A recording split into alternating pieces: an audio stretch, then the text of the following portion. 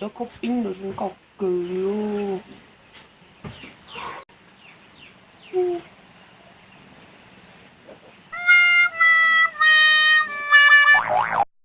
Ô chả lót tổ lô rồi tiêu.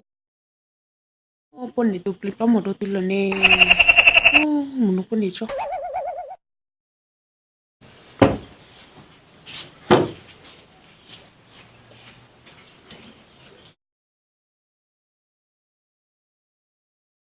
Có gì nó bé nó mò. Con đây mà. Có gì chè có lần tôi cũng sắp phụ cầu thế có lần mất của cho thóc biến là biến con à. Cũng là chỉ xếp của lung cao xin à.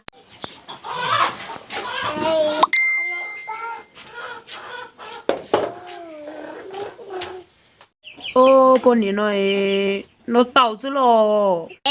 Có tí tụi chị có tí chỉ muốn vừa đã chỉ là cho bé này à chỉ là nó tỏ xứ là à.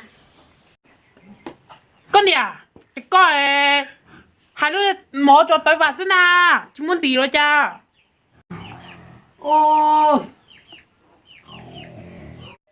Con đi ơi, chị coi cái rau trồng cháy nó.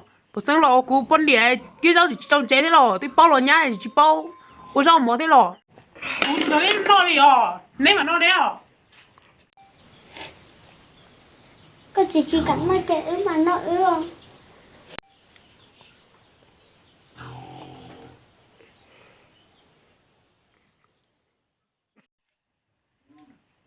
Con đi à? Con đi à, con khó từ ra. Con đi à? Con khó từ chỉ là tôi nhớ là bây giờ bữa hôm tôi té xuống mà cho bữa đầu ra đi. Con đi à, chỉ là xem con đi.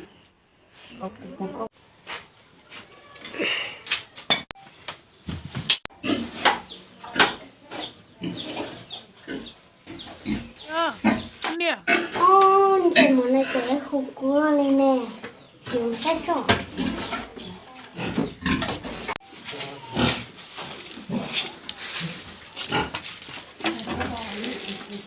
Đó chị nào chả có nhà cô chơi lên mấy tụi tôi cho có trẻ à. Con chỉ đem mua đã chỉ đâu tiền à? Con bom nhiều đáp mua đã xin tới, đỡ sức con tôi chỉ sai đi. Con tua khó từ à? Có gì nè? Có tụi đó mà trẻ sẽ nào có thể chỉ sai ra. Ngó lửa nè. Có tới chín trộn có sai nè. Có chỉ